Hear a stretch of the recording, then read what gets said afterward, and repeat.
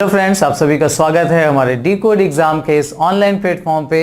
मैं हूं आपके साथ आपका इंग्लिश का एजुकेटर और हम डिस्कस करने जा रहे हैं आज हाई कोर्ट आरओ एआरओ के जो एग्जाम्स होते हैं उनमें से एआरओ का जो एग्जाम हुआ था उसके प्रीवियस ईयर पेपर के एक्सप्लेनेशन, उनके आंसर्स, इसके बारे में आज हम बात करेंगे। और हर एक प्रीवियस ईयर पेपर का जो एग्जाम आपका हुआ है उसके 50 क्वेश्चंस, जो आपसे 50 क्वेश्चंस पूछे जाते हैं, उन्हें हम डिस्कस करेंगे। तो चलिए शुरू करते हैं, देखते हैं कौन से प्रीवियस ईयर पेपर की आज हम लोग बात करने जा रहे हैं। और आज बात मैं करूंगा आपके साथ कि हाई कोर्ट का जो एआरओ का एग्जाम हुआ था 2016 में, और इसकी जो डेट की मैं बात करूं तो ये एग्जाम आपका हुआ था 18 दिसंबर 2016 में।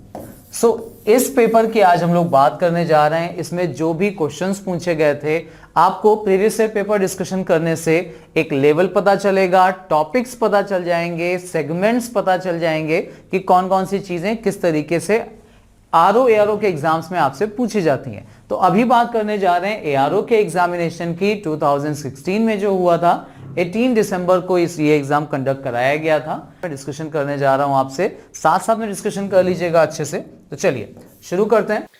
वीडियो शुरू करने से पहले आप सभी को मैं एक सूचना देना चाहता हूं।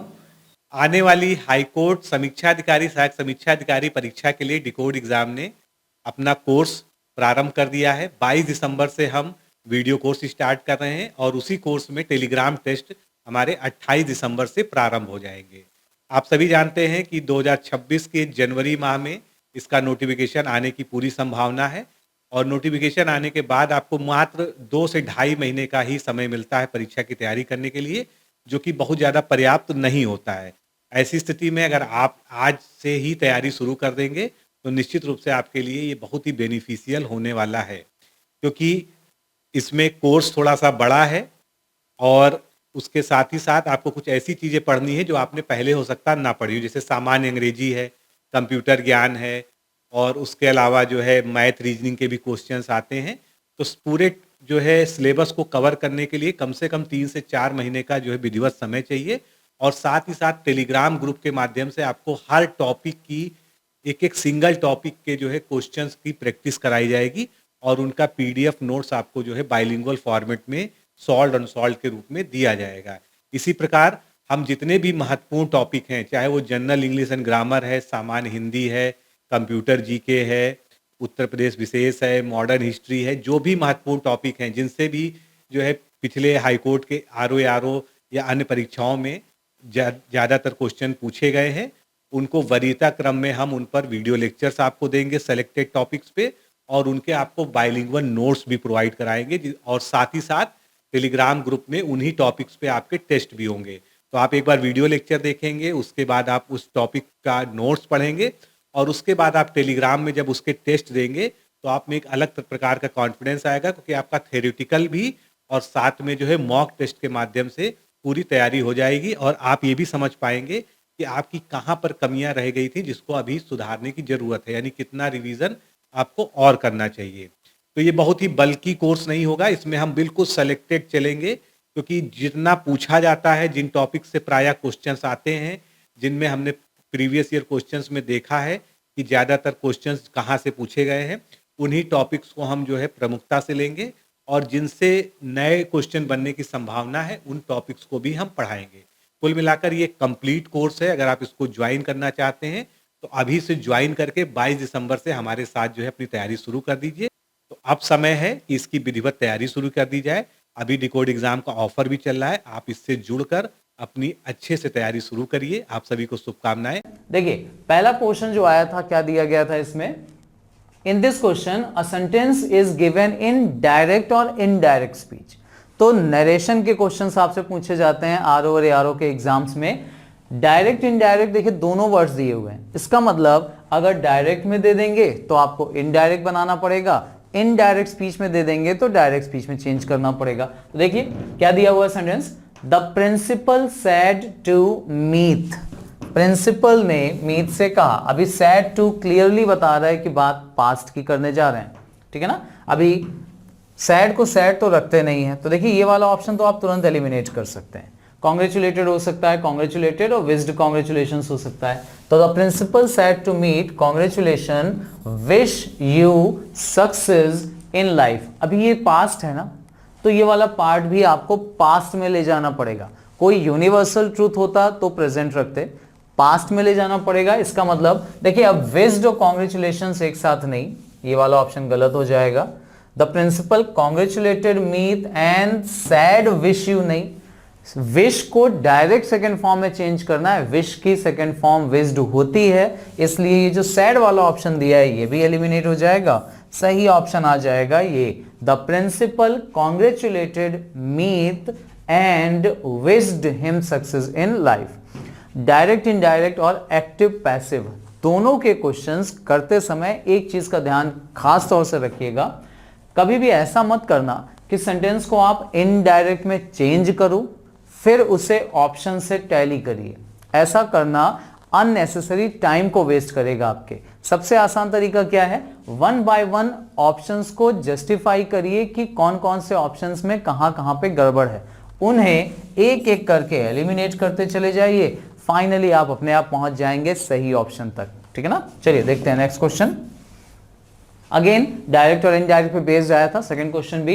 You can't bathe in the sea, नहाने के लिए वो यूज कर रहे हैं। She said to me, again देखिए सबसे इंपॉर्टेंट कीवर्ड तो हमें यहीं से मिलना शुरू हो जाता है। सेड टू यानी पास्ट की बात कर रहे हैं, यानी ये कैन नॉट जो चेंज होगा ना ये कुड नॉट में बदलेगा, और इट्स का मतलब हुआ इट इज, ये वाला इज वॉज में चेंज हो जाएगा। तो देखिए कहां कहां पे, यहां कुड नॉट दिया हुआ है, यहां देखिए कांट दिया है, ये ऑप्शन एलिमिनेटेड, खत्म हो गया। She told me that you can't, can't हो नहीं सकता यहां पे, ये वाला option eliminated. She said that I could not, देखिए आई यहां पर आया कुड नॉट के साथ, एंड इट वॉज, यहां पे वॉज सही हो सकता है। She said that I could not Beth in that see if, यहां पर देखिए इफ दिया हुआ है। अभी यहां पर इफ लगता है तब जब सेंटेंस इंटेरोगेटिव होता है, याद है ना, इफ और वेदर का केस जब इंटेरोगेटिव सेंटेंस होता है तब आता है, तो ये इफ की वजह से ये ऑप्शन एलिमिनेटेड। सही ऑप्शन जो बचा वो है आपका ऑप्शन नंबर डी। समझते चलिएगा कैसे एलिमिनेट किया जा रहा है, जो जो चीजें जहां जहां पर गलत दे दी जाएं उनको एलिमिनेट करिए, ठीक है ना। अब देखिए दिस को चेंज दैट में करते हैं, यहां दोनों जगह दैट दिया हुआ था, हो सकता है किसी एक ऑप्शन में दैट को दैट ना करें, दिस रहने दें, तो उसको भी एलिमिनेट कर सकते हैं। ऐसे ही ऑप्शंस को जस्टिफाई कर सकते हैं आप, ठीक है ना, और टाइम भी आपका बचेगा, अननेसेसरी आपका टाइम भी नहीं वेस्ट होगा। नेक्स्ट देख लीजिए, यहां पूछा गया था इन this question the passage consist of 6 sentences. यहां पर 6 पार्ट्स दिए हुए हैं। अभी कैसे 6 पार्ट्स गिनिएगा, S1 S2 दो ये सेंटेंसेस, फिर 1 2 3 और 4। अभी करना क्या होगा इसमें, S1 और S6 ये सेंटेंसेस बिल्कुल अपने सही पोजीशन पर रखे गए।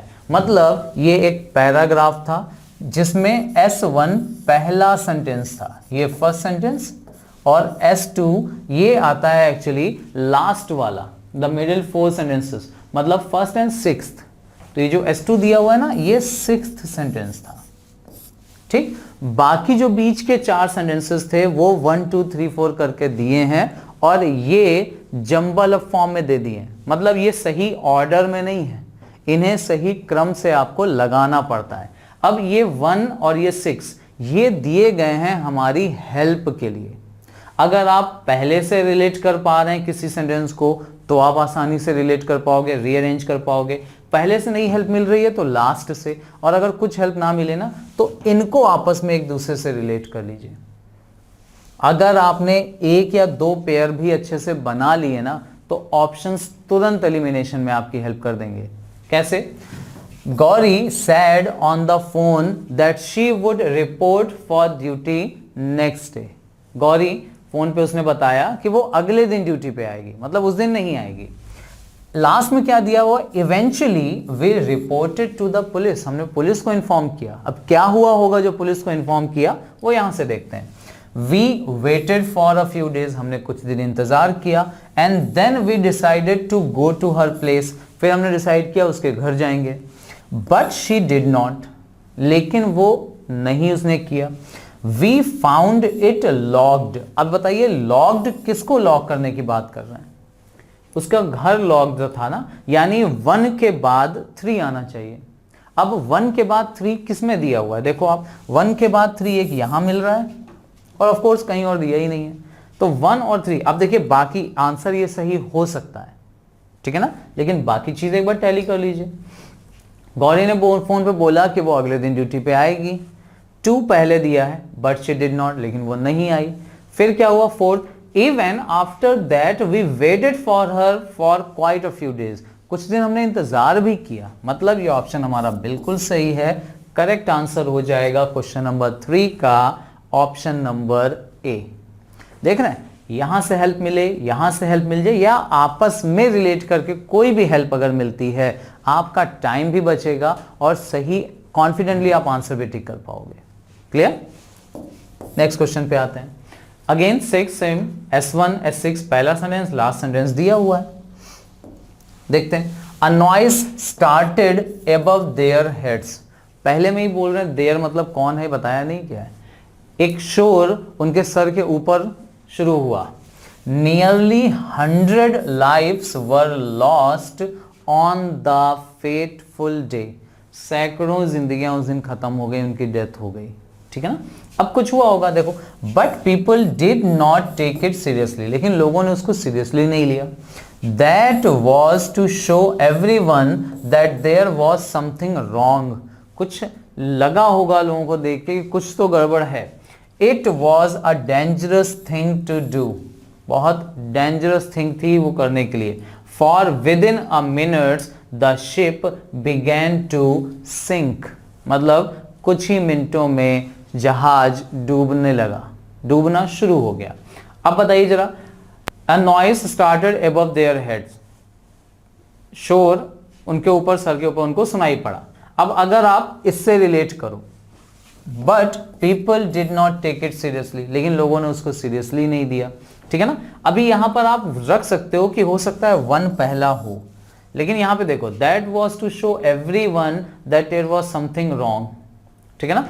ये समझ में आया, लोगों को दिखना शुरू हुआ कि कुछ गड़बड़ है, ठीक है ना। अच्छा देखो, अगर सीरियसली नहीं लिया उसके बाद हम बोले कि लोगों को लगा कुछ गड़बड़ है, तो सेंस नहीं बनता। सेंस क्या बनता है?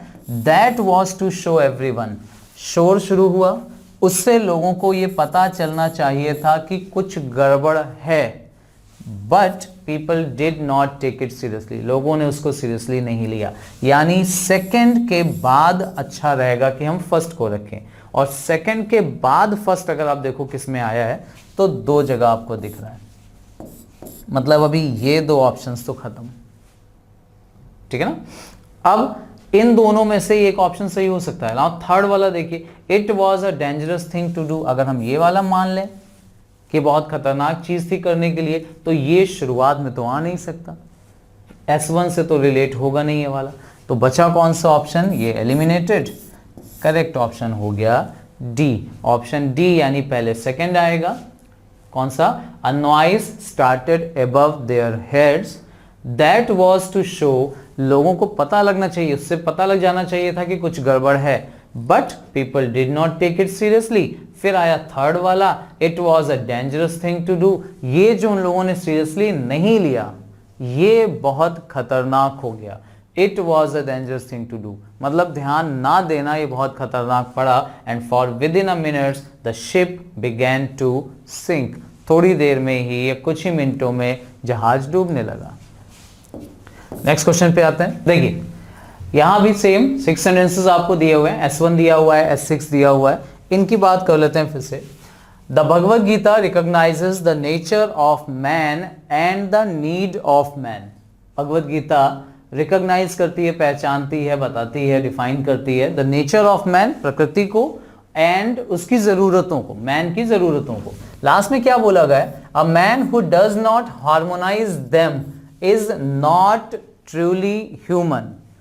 एक आदमी जो इन चीजों को हार्मोनाइज नहीं करता, मतलब सामंजस्य नहीं बिठाता, एडजस्ट नहीं करता, इन तीनों को व्यवस्थित नहीं करता, इज नॉट ट्रूली ह्यूमन। अब पहले में बोला गया all these 3 aspects constitute the nature of man. ये तीनों एस्पेक्ट्स जो हैं वो कॉन्स्टिट्यूट करते हैं, बनाते हैं नेचर ऑफ मैन को। It shows how the human being is a rational one, an ethical one and a spiritual one. ये दिखाता है कि कैसे एक ह्यूमन बीइंग जो होता है एक रेशनल वन होता है, एथिकल वन होता है और स्पिरिचुअल वन। तीन चीजों की बात यहां पर कर रहे हैं। More than all it must be a spiritual experience. इन सब से बढ़कर ये एक स्पिरिचुअल एक्सपीरियंस होना चाहिए। Nothing can give him fulfilment. कोई भी चीज उसको फुलफिलमेंट मतलब पूरा नहीं कर सकती, पूर्णता की तरफ नहीं ले जा सकती, unless it satisfies his reason. जब तक वो चीज को रीजन को सेटिस्फाई नहीं करती, उसके एथिकल कंसाइंस को सेटिस्फाई नहीं करती। तो ये कुछ प्रॉपर सीक्वेंस हमें दिए हुए हैं। अभी ऑप्शंस पे अगर चलें तो देखिए 3 से शुरू हो सकता है ऑप्शंस के अकॉर्डिंग, 1 से शुरू हो सकता है या 4 से शुरू हो सकता है। पहला सेंटेंस अगर आप पढ़ के देखो, Bhagavad Gita recognises the nature of man and the needs of man, उसकी जरूरतों को। और यहां पहले में क्या बोल रहे हैं, ऑल दीज 3 एस्पेक्ट्स। अभी 3 एस्पेक्ट्स तो यहां बताए नहीं गए हैं, तो पहला ऑप्शन तो सही हो नहीं सकता। क्लियर? या तो 4 से शुरू होगा या 3 से। अभी 3 की बात करें, देखो 3 से 2 ऑप्शन शुरू हो रहे हैं। More than all it must be a spiritual experience. इन सबसे बढ़कर, यहां कुछ ऐसा दिया नहीं गया कि इन सबसे बढ़कर की बात करें। So nothing can give him fulfilment. कुछ भी उसको फुलफिलमेंट, पूर्णता नहीं दे सकता। किसे नहीं दे सकता? यहां बात की गई थी नेचर ऑफ मैन की। सो शुरू ये होना चाहिए ऑप्शन नंबर 4 से, और एक ही ऑप्शन है जो 4 से शुरू हो रहा है, that is option number C. तो यहां पर जो सही आंसर हमारा होगा 5th क्वेश्चन का, वो होगा option number C. Next question पे आते हैं। In this question a passage consist 6 phrases, वही 6 S1 S2 फर्स्ट और लास्ट दिए हुए हैं। लास्ट के 4 आपको रीअरेंज करने हैं। देखिए क्या बोला गया, a ceiling on urban property, ये S1 है। S2 में दिया है since their value would exceed the ceiling fixed by the government. अभी no mill owner could own factories और मिल्स और प्लांट्स, ये पहले में दे। And mass circulation papers would mean that, देखिए यहां हेल्पिंग वर्ब आई। यहां हमें सब्जेक्ट तो मिला था अ सीलिंग ऑन अर्बन प्रॉपर्टी। पढ़ के अगर आप देख लो ना, 3rd से शुरुआत हो सकती है इसकी, ठीक है ना। तो वुड मीन दैट, इसका मतलब क्या होता है, no press magnate could own printing presses.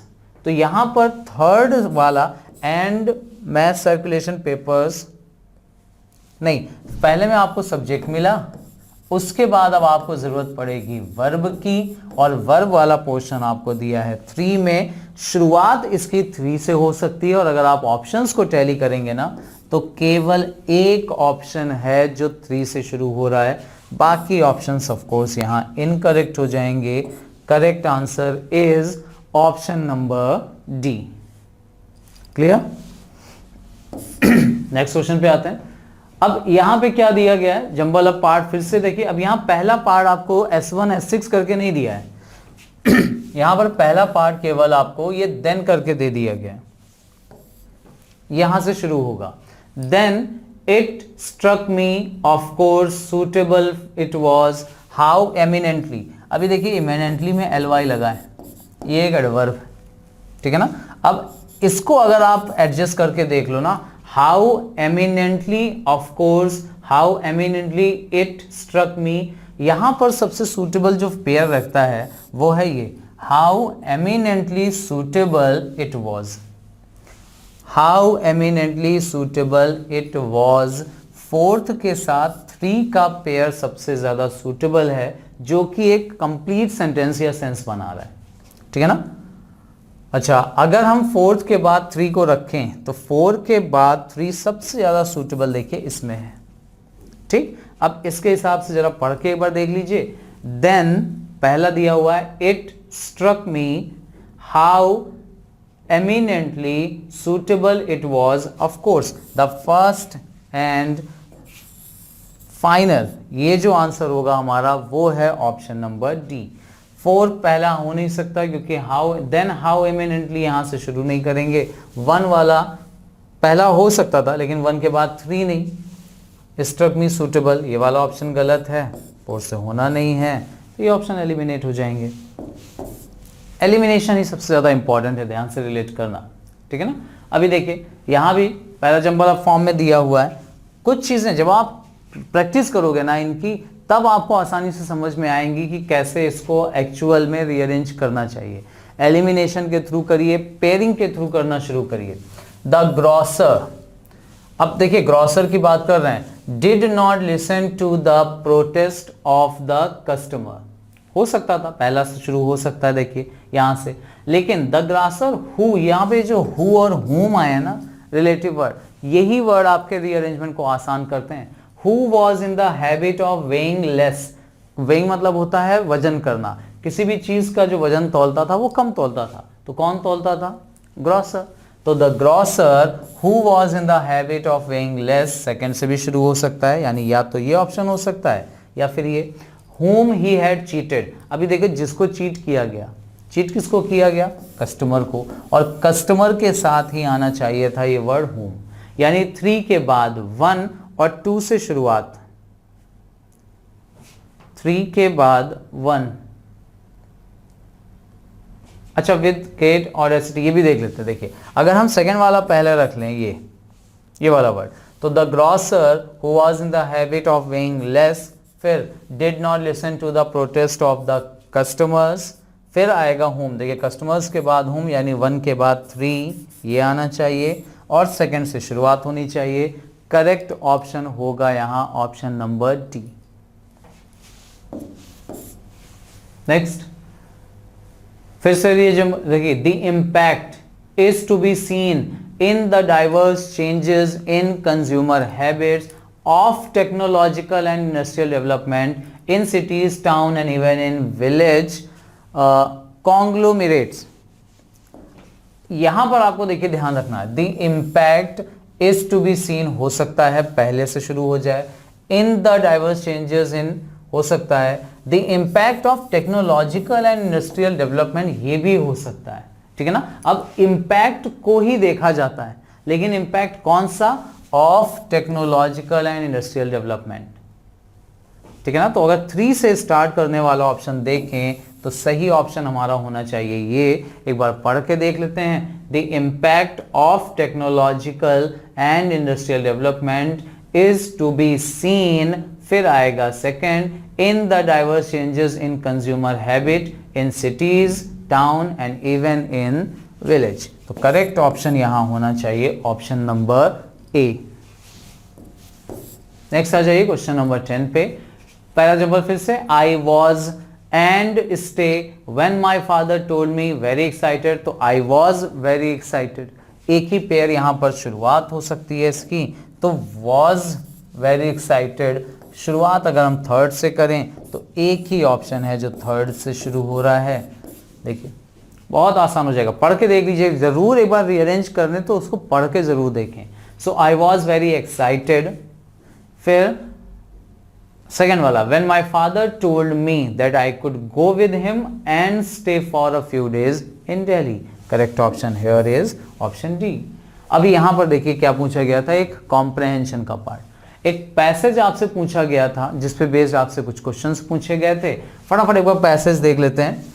If I had been asked in my early youth whether I prefer to have dealing only with men or only with books, my answer would certainly have been in favor of books। देखिए क्या किया मैंने, जब sentence शुरू किया तो मैं रुका तब जब मुझे फुल स्टॉप मिला, ठीक है ना। तो अगर मुझसे पूछा जाता मेरे अर्ली यूथ के टाइम पे, मतलब जब मैं यूथ था, छोटा था, कि क्या प्रिफर करूंगा मैं, लोगों के साथ मिलना जुलना या बुक्स के साथ, तो मेरा आंसर यही होता कि प्रिफर मैं बुक्स को करूंगा, ठीक है ना। In later years this has become less and less, धीरे धीरे आदत कम होती गई, मतलब बुक्स की तरफ कम, लोगों की तरफ ज्यादा। Not that I have had so much better experience with men than with books. On the contrary, delightful books even now come on my my way more often then purely delightful man. ऐसा नहीं है कि books में interest कम होता गया या बहुत अच्छे एक्सपीरियंस होते गए मुझे लोगों के साथ, बल्कि बोला गया है इसके ऑपोजिट हुआ क्या, और अच्छी अच्छी किताबें सामने आने लगी। ज्यादातर डिलाइटफुल मैन से ज्यादा अच्छी किताबें सामने आई। But the many had experiences with man have nourished the meadows, देखिए चारागाह को ऐसे बोलते हैं, of my life as the noblest book could not do. मतलब जो लोगों के साथ एक्सपीरियंस हुआ मुझे ना, वो मैनी एक्सपीरियंसेस जो अजब तरह के हुए, उन्होंने मुझे ज्यादा डेवलप किया नोबलेस्ट बुक्स की बजाय। ठीक है ना। तो ये ओवरऑल सेंस था जो छोटा सा शॉर्ट में मैंने आपको पैसेज का दिया।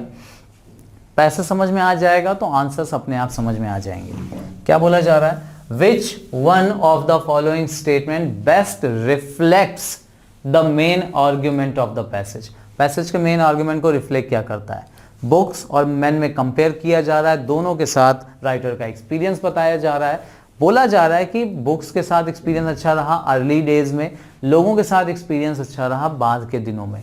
ठीक है ना। देयर आर मोर पॉपुलर या purely delightful man then purely delightful books. Pure मतलब ज्यादा डिलाइटफुल मैन ज्यादा है डिलाइटफुल बुक से, ऐसा नहीं है। It is the experience with other human beings that nourishes one's life and not necessarily books. Nourish करने की, जैसे मेडो को नरिश करने की बात कर रहे थे ना, वही बोला जा रहा है यहाँ पर कि बुक्स भी नरिश करती हैं लेकिन श्योरिटी नहीं है, लेकिन एक्सपीरियंस जो होता है लोगों के साथ वो ज्यादा नरिश करता है। ये ऑप्शन हो सकता है। Neither man nor books give any worthwhile experience, गलत है। Books are always better than man, always गलत है। करेक्ट ऑप्शन हो जाएगा option number B. Next question पे आते हैं। क्या पूछा गया है, in his early youth, early youth में क्या हुआ था, prefer to have dealing only with books, only नहीं प्रेफर किया था लोगों की बजाय बुक्स के पास जाना। Like to have more dealing with man than with books, नहीं। Like to have more dealing with man than with, like to have more dealing with books then with man. Like to have, देखिए early youth में क्या हुआ, man के साथ नहीं बल्कि books के साथ जाना ज्यादा प्रेफर किया था उसने। Like to have more dealing with man, man के साथ डीलिंग नहीं, ये दोनों हटा देते हैं ऑप्शन। ओनली बुक होना नहीं चाहिए, ये होना चाहिए like to have more dealing with books then with man.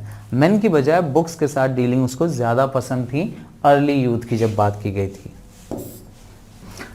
In the following question a sentence is given which has an error. देखिए स्पॉटिंग एरर का क्वेश्चन दिया हुआ है। Combining the ongoing crisis in Europe, the data do make a case for a pause in the rate hike। अब पहले में क्या दिया है, क्राइसिस इन यूरोप। अगर आपको लगता है इतने पार्ट में कोई गलती है ग्रामर के हिसाब से तो आपका आंसर ए होगा।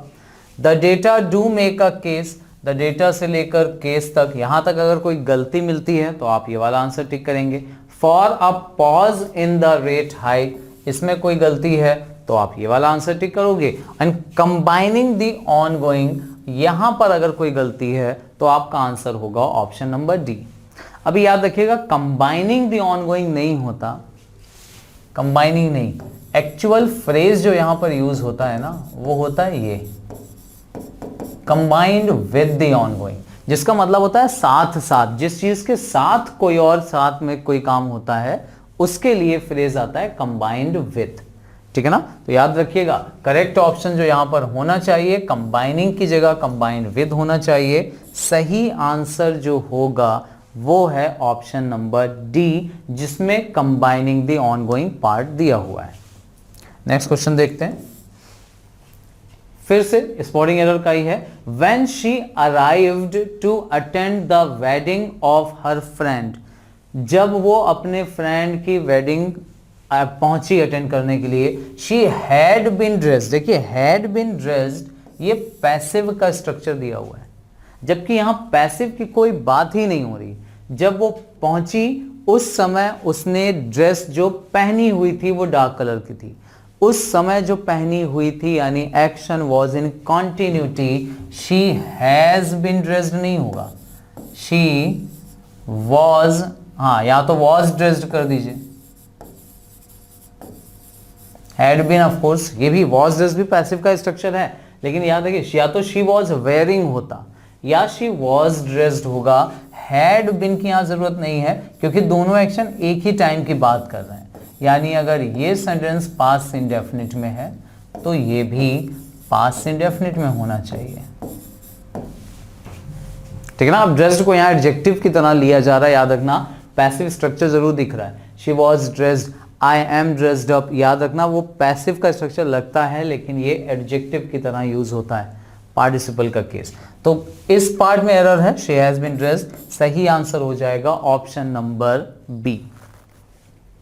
नेक्स्ट क्वेश्चन पे आते हैं, फिर से देखिए एरर का है, बानी who studies medicine at present. यहां पे बड़ी सिंपल सी एरर है, एट प्रेजेंट मतलब अभी इस समय, और जब प्रेजेंट टाइम की बात होती है ना तो फिर से याद रखना टेंस कॉन्टिन्यूस आता है।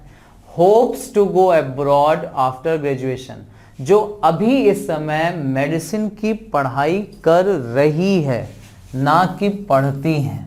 अगर यहाँ कुछ रिपीटिशन वाला वर्ड होता ना, एवरी डे, डेली, तो स्टडीज सही होता। यहां सही आंसर होगा इज स्टडिंग। उम्मीद है उसको कि आगे जाएगी ग्रेजुएशन के बाद वो अब्रॉड। अच्छा, इज स्टडिंग यानी करेक्ट ऑप्शन होगा हु स्टडीज की जगह स्टडिंग, यानी ऑप्शन नंबर डी। याद रखना यहां पर एरर आपको करेक्शन करना है। टाइम एंड टेंस का क्वेश्चन था ये। An overdose of any medicine is enough fatal. अभी देखिए ध्यान से, ओवरडोज घातक है, इसके साथ ये जो घातक वर्ड आया है यहां फेटल, वो एक्चुअल में एक एडजेक्टिव, फेटल ओवरडोज। आर्टिकल लगा है तो देखिए ये नाउन, नाउन के लिए जो वर्ड यूज हो वो एडजेक्टिव। अब जब एडजेक्टिव के लिए एनफ आता है ना तो वो एडवर्ब। अभी एनफ का केस बहुत इंपॉर्टेंट है और मैंने जब एडवर्ब डिस्कशन किया है आपसे तो इस केस को अलग से डिस्कस किया था, ध्यान से रिलेट कर लेना उसको। वीडियोस नहीं देखे तो वो वॉच जरूर करिएगा उनको, ठीक है ना। क्या था एनफ का केस? एनफ एक एडजेक्टिव भी है और एनफ एक एडवर्ब भी है। दोनों में डिफरेंस क्या है कि जब एनफ एडजेक्टिव का काम करता है, अगर ये एनफ एडजेक्टिव का काम करेगा तो ये नाउन के पहले आना चाहिए, और जब ये एडजेक्टिव के साथ बताता है ना, एडजेक्टिव की क्वालिटी बताता है, तो उसके पहले नहीं आता, एडजेक्टिव के ये बाद में इस्तेमाल होता है। ही इज एनफ काइंड नहीं बोलते, ही इज काइंड एनफ बोलते हैं। ऐसे ही एनफ फेटल नहीं होगा, फेटल यहां पर आ जाएगा, एनफ यहां पर आ जाएगा। तो an overdose of any medicine is fatal enough, correct option होगा option number B. Enough fatal, इन दोनों वर्ड्स को एक्सचेंज करना पड़ेगा आपको। नेक्स्ट क्वेश्चन देखिए, complete the following sentence, appropriate word की फॉर्म आपको लेनी है। Fill in the blank, filler के क्वेश्चंस। अब देखिए एक ब्लैंक यहां, एक ब्लैंक यहां, दो फिलर हैं यानी डबल फिलर, दो दो ऑप्शंस भी दिए हुए हैं। सिंपली ध्यान रखिएगा एक पॉइंट, ये डबल फिलर को जब करें ना तो जरूरी नहीं है कि आप पहला वर्ड ही पहले में जरूर फिल कर दो। अगर पहले से हेल्प मिल रही है तो वहां से लीजिए, नहीं मिल रही है तो पहले सेकंड वाला वर्ड फिल करिए। ये भी ध्यान रखना, पहले ये फिल कर लो फिर ये वाला फिल कर सकते हैं, ठीक है ना। करते हैं, देखिए द ब्लैंक दिया है, पाउलो कोएलो वर्क्स। अब यहां पर आप वर्ड रख के देखो, पॉपुलैरिटी हो सकता है, वैरायटी हो सकता है, इंटीग्रिटी हो सकता है, कंट्रोल भी हो सकता है। कंट्रोल तो ऑफ कोर्स यहाँ पे सेंस नहीं सही साउंड कर रहा है तो ये हटा सकते हैं। Integrity, which have sold many thousands of copies is reflected in his readership. देखिए उनकी रीडरशिप में ये चीज दिखाई देती है, ठीक है ना। तो किस चीज की यहाँ पे बात कर रहे हैं? वैरायटी। देखिए नैरो रीडरशिप नहीं, अगर वैरायटी होगी, बहुत ज्यादा चीजें होंगी तो वो कम लोगों में फेमस नहीं होगा, बहुत ज्यादा लोगों में फेमस होगा। स्कैटर मतलब होता है बिखरा हुआ। इंटीग्रिटी ऑफ कोर्स यहाँ सही साउंड नहीं कर रहा है, पॉपुलैरिटी रख के देखिए, द पॉपुलैरिटी ऑफ पाउलोज वर्क, जितनी भी रचनाएं हैं, वर्क्स का मतलब यहाँ रचनाएं हैं, याद रखना ये। तो जो भी पॉपुलैरिटी, उन्होंने जो कुछ भी रचनाएं हैं उनकी जो पॉपुलैरिटी है वो दिखाती है, हजारों कॉपियां बिकी हैं। तो देखिए नैरो तो वैसे भी नहीं हो सकता था, ठीक है ना, दिखाता है वाइड रेंज है उनके रीडर्स की। तो करेक्ट ऑप्शन होना चाहिए यहां पर ऑप्शन नंबर ए। नेक्स्ट आ जाते हैं, कंप्लीट करना फिर से, 2 ब्लैंक दिए, नहीं 1 ब्लैंक दिया हुआ है। आर्किटेक्ट्स क्या होते हैं? आर्किटेक्ट्स देखिए, डिफाइन अ फिजिकल स्ट्रक्चर, ये कैसा फिजिकल स्ट्रक्चर होता है? As a set of materials arranged in such a way that these material can, blank दिया हुआ है, डाउनवर्ड पुल ऑफ ग्रेविटी। मतलब आर्किटेक्ट्स ऐसी चीजें होती हैं, ऐसे स्ट्रक्चर्स होते हैं जिन्हें कुछ मटेरियल को इस तरह से अरेंज करके बनाया जाता है कि वो ग्रेविटी जो नीचे की तरफ खींचती है ना, उसको उसके अगेंस्ट खड़े हो जाते हैं। तो उसके अगेंस्ट की बात करें तो मिमिक का मतलब तो कार्टून बनाना होता है, एम्पलीफाई, बहुत ज्यादा बढ़ा चढ़ा कर, डिसलॉज भी नहीं होगा। करेक्ट ऑप्शन होना चाहिए रेसिस्ट। नीचे की तरफ खींचता है और आर्किटेक्ट्स ऊपर उसको, उसके अपोजिट कुछ ऐसे मटेरियल को अरेंज करके बनाया जाता है जो ग्रेविटी को थोड़ा सा अपोज करते हुए लगते हैं। याद रखना रेसिस्ट होना चाहिए यहाँ सही answer. Next, although prices, blank दिया है, ड्यूरिंग द फ्यूल शॉर्टेज। अब आप सोचो, फ्यूल की शॉर्टेज होती है तो महंगाई बढ़ती है या घटती है? फ्यूल की शॉर्टेज है, महंगा होता है पेट्रोल, तो ऑफकोर्स महंगाई बढ़ती है, तो डिक्रीजेस वाला ऑप्शन तो होगा नहीं, ये वाला ऑप्शन खत्म हो गया। ऑल्दो प्राइसेस, हाँ, suppliers actually saw in profit. Suppliers को क्या होता है?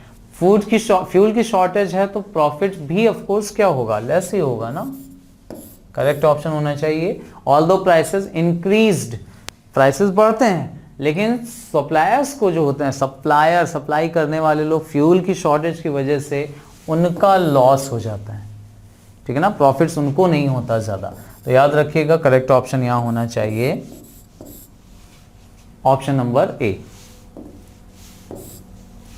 नेक्स्ट आ जाइए, कंप्लीट द फॉलोइंग सेंटेंस। अच्छा, डिस्पाइट हिज एज, ये बड़ा इंटरेस्टिंग क्वेश्चन था जो पूछा गया था आपसे। डिस्पाइट हिज एज मतलब उसकी उम्र हो गई है, काफी बड़ी उम्र का पर्सन है। ही हैज अ सिली, लेकिन फिर भी उसका जो सेंस ऑफ ह्यूमर है ना वो सिली है, बच्चों वाला है, बचकाना है। तो एज उसकी ज्यादा हो गई है लेकिन सिली, बेवकूफाना हरकतें हैं। सेंस ऑफ ह्यूमर जो है ना उसका बच्चों वाला है। अब आप बच्चों वाला देख लो, इसमें से कौन सा है? करेक्ट ऑप्शन यहां होना चाहिए यूथफुल, ठीक है ना, youthful is the right answer. Trivial का मतलब होता है छोटा मोटा, बहुत अनइम्पॉर्टेंट चीजें, इतनी छोटी मोटी चीजें जिनको बहुत ज्यादा महत्व ना दिया जाए, महत्वहीन जिसको बोलते हैं, ठीक है ना। अच्छा, मैच्योर नहीं हो सकता क्योंकि मैच्योर तो वो पर्सन है ही ऑलरेडी। ये देखिए पूछा क्या गया था आपसे यहां पर, choose the one which is most similar in meaning. Similar meaning पूछा गया है, मतलब सिनोनिम पूछा गया है आपसे। अब प्रोटैगनिस्ट का मतलब होता है लीडर, जो सामने से, फ्रंट से लीड करता है हमेशा। करेक्ट सिनोनिम इसका होना चाहिए लीडिंग कैरेक्टर। किसी भी नाटक वगैरह में देखा होगा ना आपने, मुख्य किरदार जिसको बोलते हैं, तो जो मुख्य किरदार होता है वो होता है प्रोटैगनिस्ट, लीडिंग कैरेक्टर, ठीक है ना, मुख्य किरदार जिसको हम लोग बोलते हैं। नाटक वगैरह में, मूवीज वगैरह में आपने जो हीरो देखे होंगे, प्रोटैगनिस्ट। Next is similar. देखिए एंटोनिम सिनोनिम, जब भी कोई वर्ड या फ्रेज पूछे ना उसका सिनोनिम पूछने का एंटोनिम जरूर देख लेना। और ये ईडियम एंड फ्रेज का क्वेश्चन आया था। एन ऑलिव ब्रांच मतलब होता है शांति का प्रतीक, शांति का प्रतीक, ठीक है ना। आइडिया नहीं, विकेट पर्सन होगा नहीं, ऑफर ऑफ पीस, ठीक है ना, symbol of peace, offer of peace, ये होना चाहिए सही ऑप्शन। लेडी होगा नहीं, आइडिया होगा नहीं। Correct option option number C. Next is 23 में क्या पूछा गया है? हाँ, कुछ देखिए, एक पूरा क्या गया था, in the following sentence a word is written in bold. इस सेंटेंस में एक वर्ड बोल्ड किया गया है, नियरेस्ट मीनिंग बताना है उसका। नियरेस्ट मीनिंग मतलब फिर से उसका सिनोनिम, ठीक है ना। अब ऑलरेडी बोल्ड, यहाँ सारी चीजें दी गई हैं आपको, तो बोल्ड करने की बजाय यहाँ पर उसको हम लोगों ने अंडरलाइन कर दिया है ताकि आपको ये समझ में आए कौन सा वर्ड पूछा गया था। Being a sociable bird, she was conspicuous.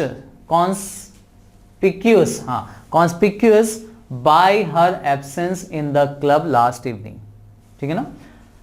Being a sociable bird, मतलब कोई पर्सन जो बहुत ज्यादा सोशेबल होता है, शी वॉज कॉन्स्पिक्यूअस थी बाय हर एब्सेंस, अपने एब्सेंस को लेकर के, इन the club last evening.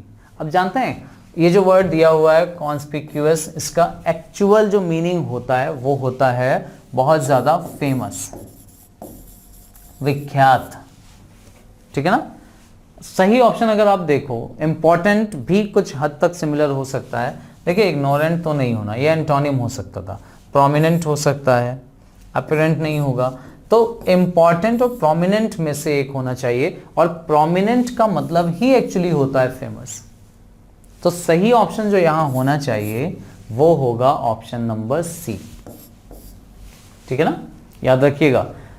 Conspicuous का मतलब होता है बहुत ही ज्यादा फेमस, विख्यात, जाना माना, जिसके बारे में लोगों को उम्मीद हो, जिसके बारे में लोगों को पता हो चीजें, उसके जिसके बारे में लोगों को अता पता रहता है, उससे रिलेटेड।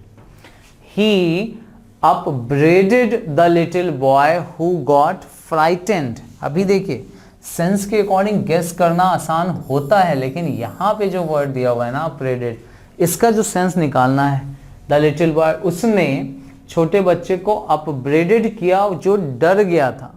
अब जो पहले से डरा है उसको क्या किया जाएगा भाई, या तो आप समझाओगे समझा बुझा कर, या उसको उसका विश्वास बढ़ाएंगे, या फिर उसने जो गलती की है उसके लिए आप उसको डांटोगे।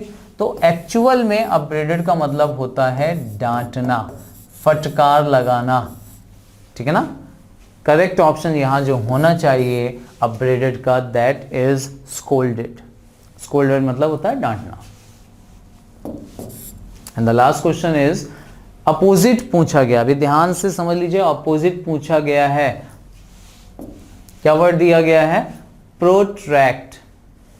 प्रोट्रैक्ट, not to be careful about the future, to indulge in extravagance, to cut short, not to display. क्या होना चाहिए इसका सही आंसर, प्रोट्रैक्ट।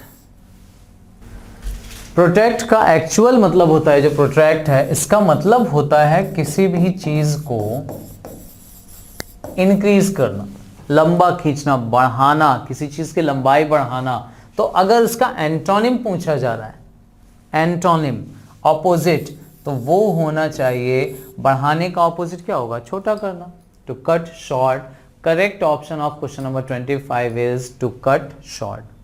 क्या दिया हुआ 26 question, choose the word which is most nearly opposite in meaning. अभी ऑपोजिट आपको बताना है, वर्ड दिया हुआ है स्टॉक, स्टार्क, इसका ऑपोजिट आपको चाहिए। स्टार्क का मतलब होता है बहुत ही बोल्ड, जिंदा दिल, बहुत ही ओपन जो होता है। तो ओपन अगर होता है स्टार्क, तो इसका जो ऑपोजिट पूछा गया है वो होना चाहिए कवर्ड।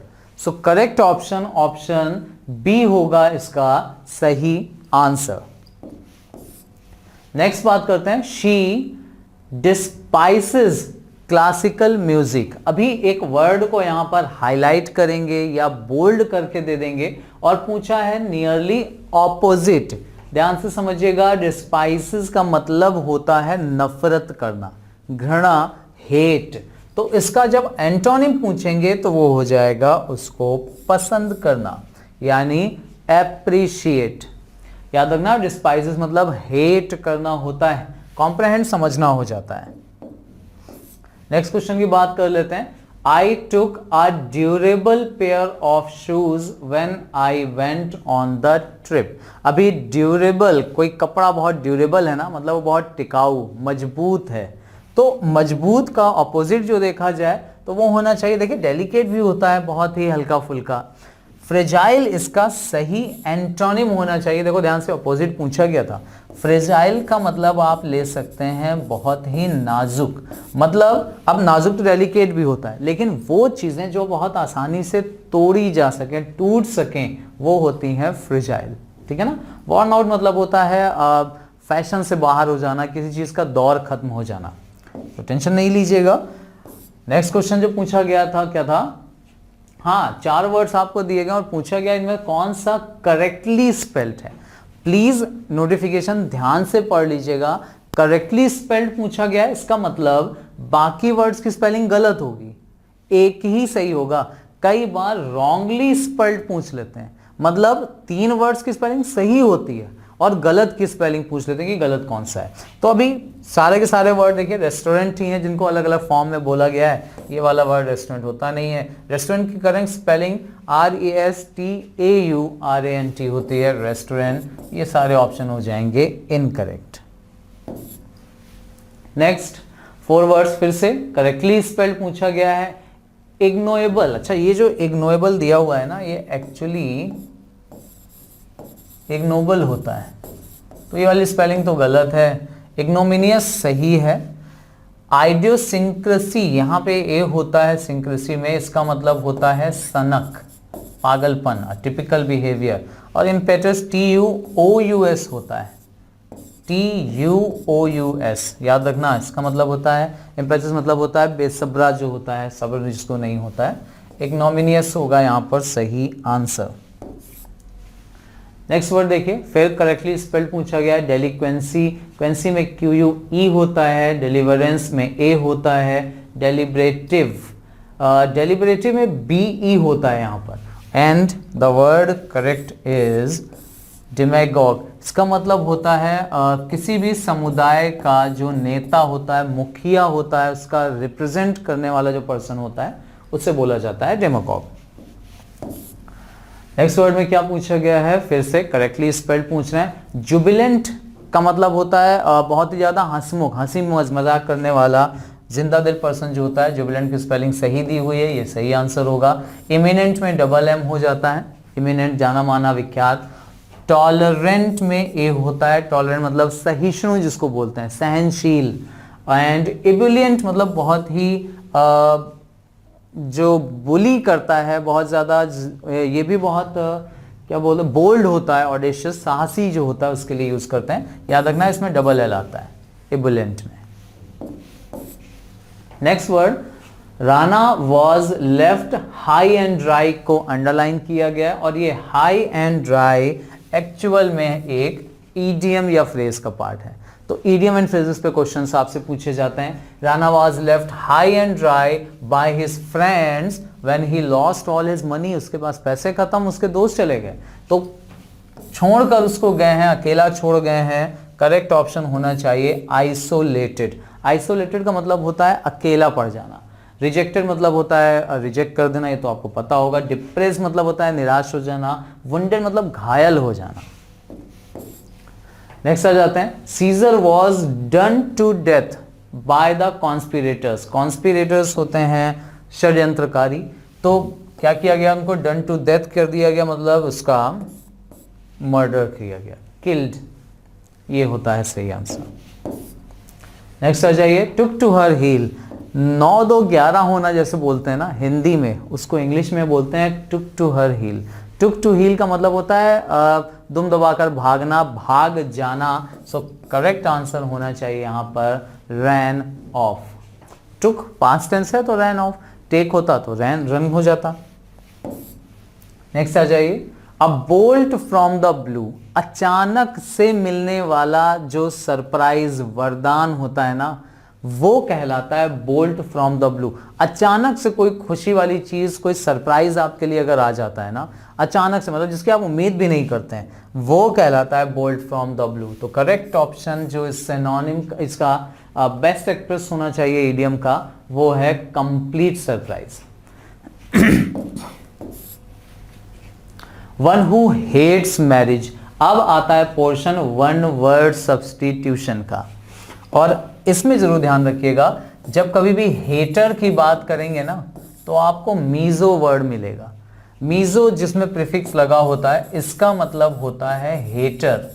और अगर कहीं पर आपको वर्ड लिखा हुआ मिल जाए ये फाइलो, फाइलो का मतलब होता है लवर, ठीक है ना। अब GAMY गैमी, ये अगर लगा हुआ वर्ड मिलता है, सो गैमी वर्ड रिप्रेजेंट करता है मैरिज को। तो बताइए जरा, मैरिज, अब जैसे देखिए पॉली मतलब होता है मैनी, और गैमी का मतलब अभी बताया आपको, मैरिज होता है। सो खुद बताइए जरा, पॉलीगैमिस्ट का मतलब जानते हैं? वो पर्सन जिसने बहुत सारी शादियां की हों।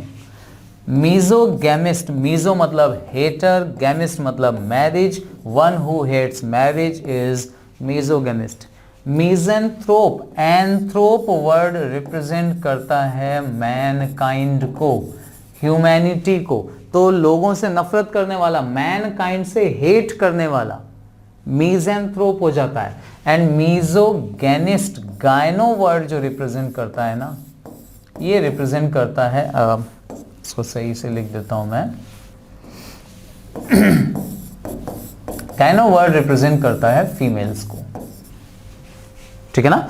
तो मीजोगैनिस्ट वो पर्सन होता है जो फीमेल्स से हेट करे, मीजेंथ्रोप जो मैनकाइंड मानवता से नफरत करे, मीजोगैमिस्ट जो शादी से नफरत करे, एंड पॉलीगैमिस्ट जिसने बहुत सारी शादियां की हैं उसके लिए यूज होता है। अब यहाँ पे चार के चारों ही वर्ड एक वन वर्ड सब्स्टिट्यूशन ही है, हो सकता है आगे इनमें से कोई क्वेश्चन आपसे पूछ लिया जाए कभी, ठीक है ना, तैयार जरूर रखिएगा ये वर्ड सभी। नेक्स्ट क्वेश्चन पे आ जाते हैं, फिर से कंप्लीट करने के लिए पूछा गया, the person who pretends to be what he is not, जो वो नहीं है वो बनने की जो कोशिश करता है ना, that is actually called impostor. Impostor का मतलब होता है ढोंगी, बहरूपिया, जो भेष बदलता है, वो दिखाने की कोशिश करता है जो वो नहीं है, ठीक है ना। इम्बाइबर, देखिए इम्बाइब हो जाना मतलब शराब में डूब जाना, तो जो पियक्कड़ लोग होते हैं ना उनके लिए इस्तेमाल किया जाता है। इमिटेट करना मतलब किसी की नकल उतारना होता है, ठीक है ना, नकल उतारना, इमिटेट। एंड इम्प्रेसरियो मतलब होता है इम्प्रेस करने से रिलेटेड आप बना सकते हो, वो पर्सन जो बहुत ज्यादा दिखावटी होता है इसके लिए यूज कर सकते हैं। लेकिन इम्पोस्टर आपको सही आंसर ध्यान रखना है, pretends to be what he is not, जो वो नहीं है वो बनने की जब कोशिश करता है। ये इम्प्रेसिव पॉजिटिव सेंस में, नेगेटिव सेंस में, दोनों में यूज होता है, इम्पोस्टर नेगेटिव सेंस में। नेक्स्ट आ जाइए, chanting of magic spells. Spells मतलब होता है टोना टोटका करना, जादू टोना करना, ठीक है ना। तो जादुई टोना टोटका जो करने के लिए जो मंत्रोच्चारण किया जाता है, दैट इज कॉल्ड इनकैंटेशन। ध्यान से रिलेट कर लीजिए, रिसाइटेशन होता है किसी कविता को पढ़कर सुनाना, अटरेंस मतलब होता है अटर करना, कुछ बोलना, कथन देना, एंड नरेट करना होता है किसी चीज को डिस्क्राइब करना, व्याख्या करना। An object or portion serving as a sample, sample को हम दूसरे शब्दों में स्पेसिमन कहते हैं। स्पेसिमन कॉपी मतलब सैंपल कॉपी, ठीक है ना। स्पेक्टिकल मतलब होता है दृश्य, स्पेक्टिकल्स का मतलब चश्मा होता है। स्पेक्टर जो होते हैं दर्शक, जो लोग होते हैं उनके लिए आता है। स्पेसिफिकेशन आपको पता है, स्पेशलाइज कर लेना। अच्छा, नेक्स्ट पोर्शन जो आया था वो एरर का, स्पॉटिंग एरर का पोर्शन आया था, लेकिन ये थोड़ा अलग तरीके से, जिसको हम लोग बोलते हैं सेंटेंस इंप्रूवमेंट। सेंटेंस में गलती कहां पर है वो नहीं ढूंढना है, क्योंकि जो अंडरलाइन पार्ट किया गया है ना, उसी में अब कोई ग्रामेटिकल एरर हो सकती है, और उसे सही ऑप्शन से इस बार रिप्लेस करके करेक्ट भी करना है। स्पॉटिंग एरर में पहचानना होता है, यहां करेक्ट करना होगा आपको ना। बताइए, you have been doing your homework regularly, और जब रेगुलरली ऐसे इंटेरोगेटिव सेंटेंसेस बनते हैं ना, देखो ध्यान से, इंटेरोगेटिव क्वेश्चन मार्क लगा है तो यू हैव नहीं होता बल्कि हैव यू होता है। हैव हेल्पिंग वर्ब सब्जेक्ट से पहले आ जाती है तो हैड बिन नहीं, क्योंकि यू नहीं है इसमें, ये हटा दीजिए। हैव डूइंग नहीं है, हैज यू बिन, यू के साथ हैज आता नहीं है, करेक्ट ऑप्शन होगा ऑप्शन नंबर डी। यू के साथ हैव आता है, हैज नहीं आता।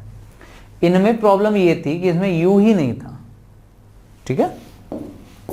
Next question is, I must find out some means to balance my budget. अच्छा, मीन्स का मतलब ना यहां पर साधन है, कुछ तरीके ढूंढने हैं जो बैलेंस करे मेरे बजट को। अब बैलेंस नहीं करते बजट को व्यवस्थित करना, उसके लिए बैलेंस वर्ड का इस्तेमाल नहीं करते। खर्चों से मिलना, निपटना, बजट से निपटना, इसके लिए the actual verb we use is meet. Meet the balances, meet the expenses, ध्यान से समझिएगा। मीट का मतलब यहाँ मिलना नहीं है। Meet the expenses, meet the budget मतलब होता है व्यवस्थित करना, अपने खर्चों को मैनेज करना। फ्रेजेस के फॉर्म में याद रखना, he is very angry on me. अब हिंदी में तो हम बोलते हैं ना मेरे पर गुस्सा क्यों हो रहे हो, बट याद रखना एंग्री का केस बड़ा इंटरेस्टिंग है और बहुत इंपॉर्टेंट भी। एंग्री का मतलब होता है गुस्सा होना। एंग्री के साथ जो प्रपोजिशन फिक्स किया गया है ना वो दो प्रपोजिशन है, या तो एंग्री विद या एंग्री एट। डिफरेंस जानते हैं? देखिए ध्यान से, या तो विद आएगा या एट आएगा। क्या विद वाला ऑप्शन यहां दिख रहा है, एट वाला यहां दिख रहा है। सही ऑप्शन जो होता है ना, डिफरेंस समझना, ही इज एंग्री विद तब आता है जब आप किसी पर्सन से गुस्सा होते हैं। He is angry with his brother. और एट तब आता है जब आप गुस्सा किसी नॉन लिविंग थिंग पर होते हैं। मतलब अपने भाई के बिहेवियर पर गुस्सा है तो he is angry at the behaviour of his brother. भाई से गुस्सा है तो he is angry with his brother. Correct option होगा यहाँ एंग्री विद मी। याद रखना विद और एट दोनों होता है, एट नॉन लिविंग के लिए, विद लिविंग के लिए। Next, the streets are so wet, सड़कें जो हैं वो भीगी हुई हैं। इट शुड हैव रेन्ड, देखिए शुड हैव आता, होना चाहिए था, होना चाहिए था लेकिन नहीं हुआ, तब शुड लगाते, तो शुड वाला ऑप्शन तो गलत है ही। Indeed have, would have, could have, यहाँ जो सही ऑप्शन ना, सड़कें गीली हैं ये देख के आप अंदाजा लगा रहे हैं, और अंदाजा लगाने के लिए जो हेल्पिंग वर्ब मॉडल्स में इस्तेमाल होती है वो है मस्ट। सही आंसर होना चाहिए इट मस्ट हैव रेन्ड, हुई होगी अंदाजा लगाने के लिए। नेक्स्ट आ जाइए, एक्टिव पैसिव के देखिए क्वेश्चंस आए थे, बहुत इंपॉर्टेंट टॉपिक है एक्टिव पैसिव, डायरेक्ट सभी ध्यान से समझना। रश्मि वॉज मूव्ड, देखिए वॉज बी की फॉर्म, मूव्ड थर्ड फॉर्म। अगर बी की सेकेंड फॉर्म आई है तो जब आप इसको एक्टिव में चेंज करोगे ना, ये पैसिव है, बी के साथ थर्ड फॉर्म, पैसिव की पहचान। पैसिव बनाना हो तो वर्ब की जगह बी रखते हैं, एक्टिव में चेंज करना है तो जो फॉर्म बी की दिख रही है वही फॉर्म मूव की रख दीजिए। ये सेकेंड फॉर्म है तो मूव की सेकेंड फॉर्म जो कि मूव्ड होती है। तो देखो यहाँ मूव्ड दिया हुआ है, ये सही है, यहाँ मूव्स दिया है, अगर ये होता तो यहाँ इज आया होता। हैज के बाद थर्ड फॉर्म तो यहाँ बिन लिखा होता, तो ये भी ऑप्शन गलत, मतलब बी होगा नहीं, सी होगा नहीं, यहाँ हैड दिया हुआ है और यहाँ पर हैड आया ही नहीं है, गलत ये भी है। करेक्ट ऑप्शन होगा option number A. Next question, again active passive, we had to stop. अभी देखिए टू के बाद स्टॉप जो आया है ना, ये है वर्ब की बेस फॉर्म, ठीक है ना। टू के बाद जब स्टॉप आता है तो बेस फॉर्म यूज हुई है। अब अगर यहां पर बेस फॉर्म आई है तो जब इसका पैसिव बनाएंगे तो बी आएगा, वो भी बेस फॉर्म में, और बी के बाद लगेगी वर्ब की थर्ड फॉर्म, यानी टू बी स्टॉप्ड होना चाहिए, ठीक है ना। अब देखिए ऑब्जेक्ट ये था, ऑल अदर वर्क, ये पहले आ जाएगा, तो ऑल अदर वर्क सब में दिया है। एज स्टॉप्ड बाई, एज होगा नहीं क्योंकि इसमें बी नहीं दिख रहा है। हैज टू स्टॉप, टू के बाद स्टॉप्ड आता ही नहीं है, ये गलत हो गया। हैड स्टॉप्ड, देखो यहाँ बी नहीं आया, गलत हो जाएगा, ये आया सही, had to be stopped. Correct option होगा ऑप्शन नंबर डी। नेक्स्ट आ जाइए, Gandhi ji started the quit India movement in 1942। अभी देखो यहां पर स्टार्टेड सेकेंड फॉर्म दी हुई है ना, एक्टिव पैसिव भी बनाना है, सेकेंड फॉर्म दी हुई है, मतलब बी की सेकेंड फॉर्म आएगी, और बी की सेकेंड फॉर्म होती है वॉज या वर, तो जितने में वॉज वर होगा वही ऑप्शन सही हो सकते हैं। यहाँ तो वॉज वर ही नहीं है, हटा दीजिए। यहाँ हैड बिन दिया है, हटा दीजिए। वॉज हो सकता है लेकिन बिन की जरूरत ही नहीं है, हटा दीजिए। वॉज दिया हुआ है, थर्ड फॉर्म आ गई, सही आंसर हो गया ऑप्शन नंबर डी।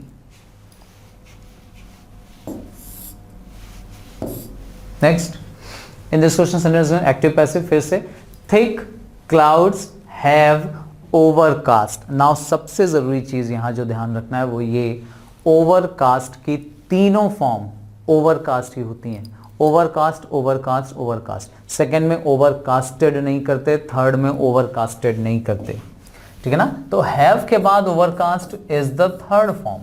अगर वर्ब की थर्ड फॉर्म है तो बी की थर्ड फॉर्म आएगी, मतलब हर हाल में पैसिव वॉइस में बिन आना चाहिए। अब बिन कितने में आया है अब आप खुद देख लो। ओवरकास्ट यहां है नहीं, हटा दीजिए। इज आया, इज होना नहीं चाहिए, वॉज होना नहीं चाहिए, बिन होना चाहिए था। ये ऑप्शन सही होगा। Option number D is the right answer. Next question पे आते हैं। फिर से देखिए डायरेक्ट इनडायरेक्ट के क्वेश्चंस। अभी डायरेक्ट इनडायरेक्ट के क्वेश्चंस जो है इसमें क्या दिया है, there are ceremonies going on, she said to me. फिर से देखिए सैड इज पास्ट, तो सैड तो होगा टोल्ड, चारों में दिया हुआ है, कोई इश्यूज नहीं। आर का कन्वर्जन होगा वर में, हैड बिन वाला, हैव बिन वाला, आर वाला, तीनों ऑप्शंस एलिमिनेटेड। सही आंसर ऑप्शन नंबर ए। छोटी छोटी चीजें सीख लो ना, पूरा बनाने की भी जरूरत नहीं पड़ती। लास्ट इज फिर से डायरेक्ट डायरेक्ट का question, she said to him. Again said to यानी टोल्ड, एक्सक्लेम्ड, हाँ देखिए एक्सक्लेम्ड यहां पर हो सकता है, ठीक है ना। तो अब टोल्ड वाला ऑप्शन हटा देते हैं। एक्सक्लेम्ड, एक्सक्लेम्ड तीनों में दिया हुआ है। यहां पे क्या दिया, what a hot day. What और हाउ का कन्वर्जन वेरी में होता है, वेरी। अब वॉज यहां भी, वॉज यहां भी, वॉज यहां भी, देखिए यहां वेरी दिया हुआ है, यहां पर वेरी नहीं आया, ये हटा दीजिए। यहां भी वेरी नहीं आया, हटा दीजिए। She exclaimed that it was a very hot day. Clear. ये था हमारा रिव्यू, एक्सप्लेनेशन, डिस्कशन आपके साथ। प्रीवियस ईयर पेपर जो आपसे पूछा गया था 2016 का ARO का एग्जाम जो हुआ था 18 दिसंबर को ये हुआ था 2016 का। ऐसे ही कुछ इंपॉर्टेंट क्वेश्चंस और उनके आंसर्स प्लस एक्सप्लेनेशन, ये मैं आपके साथ डिस्कशन करता रहूंगा। कुछ और प्रीवियस ईयर पेपर्स और उनके क्वेश्चंस आंसर्स के साथ, एक्सप्लेनेशंस के साथ मिलेंगे हम लोग अपने अगले वीडियो में। तब तक के लिए जो पॉइंट्स बताए हैं प्रैक्टिस जरूर कर लीजिए। चलिए मिलेंगे हम लोग अपने अगले वीडियो में, तब तक के लिए keep practising. All the very best आपके एग्जाम्स के लिए एंड थैंक यू वेरी